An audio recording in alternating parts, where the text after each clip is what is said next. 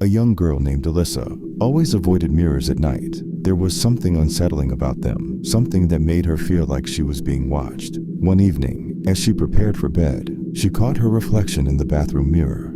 It seemed normal at first, just her own tired face staring back. But as she turned away, a flicker of movement made her pause. But her reflection hadn't moved. She stared at the mirror, heart pounding. Her reflection was standing completely still, staring at her with wide, unblinking eyes. Slowly, Alyssa raised her hand, and her reflection mirrored her, but with a delayed, jerky motion, as if it had forgotten what to do. Alyssa's heart raced. She thought it was her mind playing tricks with her. Suddenly, the reflection smiled, a wide, unnatural grin spreading across its face, something Alyssa herself hadn't done.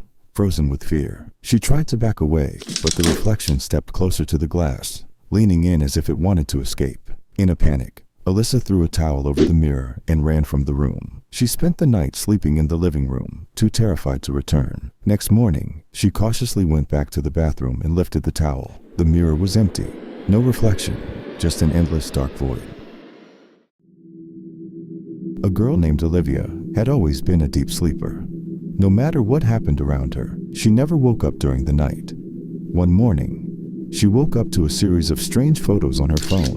They were pictures of her taken while she was asleep in bed. Her heart dropped as she swiped through the images. The photos showed her lying peacefully, but then something terrifying caught her eye.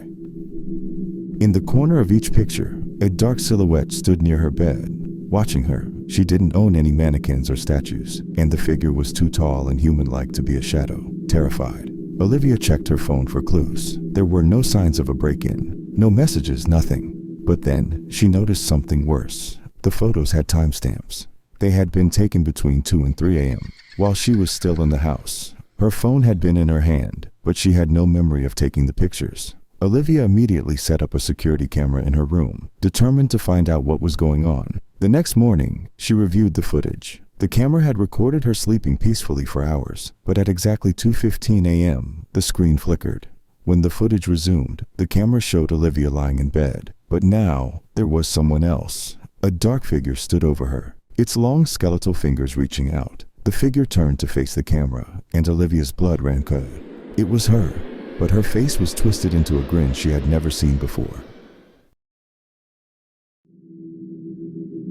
In 1980, Dorothy Jane Scott, a single mother from California, began receiving strange phone calls at her workplace. The man on the other end would sometimes profess his love for her, while other times he threatened to kill her. Dorothy, frightened by the calls, considered getting a gun, but never did. The man seemed to know her every move, counting her daily activities and what she was wearing that day. On May 28, 1980, Dorothy accompanied a co-worker to the hospital because he wasn't feeling well. She waited while he was treated, then went to get her car to bring him around to the entrance. When her co-worker came out, Dorothy was gone. A few hours later, her car was found in flames 10 miles away, but Dorothy was nowhere to be found. For years after her disappearance, Dorothy's parents received phone calls from an anonymous man asking, "Is Dorothy there?" before hanging up.